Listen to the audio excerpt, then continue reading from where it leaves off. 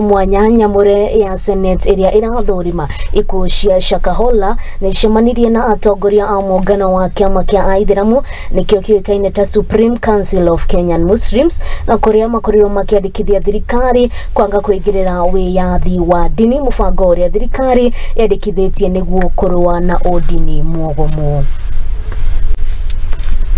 Thutha wa gucemania na atongoria a kanitha wa Kathoreki, riu kamiti nyamure ya guthuthuria IKUO cia SHAKAHOLA nigeire na gikaro na atongoria a kiama kia dini ya Githiramu gia SUPRIM. We are saying, let religious freedom remain, but let us have proper mechanisms of how this freedom can be actually be exercised, so that we don't go beyond the boundaries.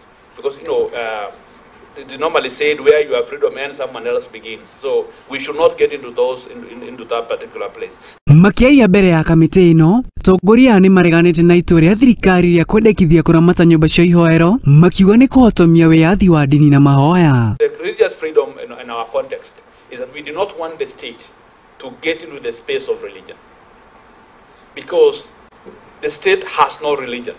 So we can't invite as religious organization in this country, the state, to be part of the religion.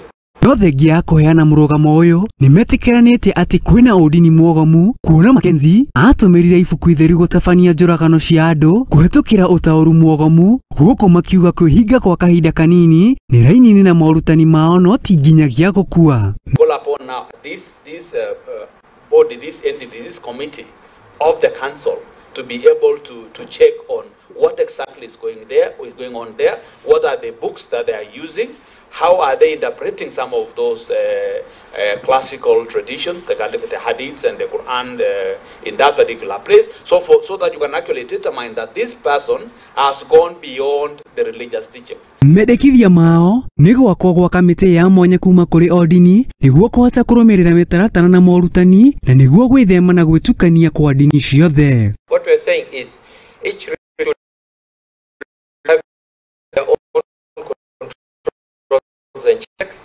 It should have their own regulatory mechanism and to give it that space to operate on those terms and guidelines.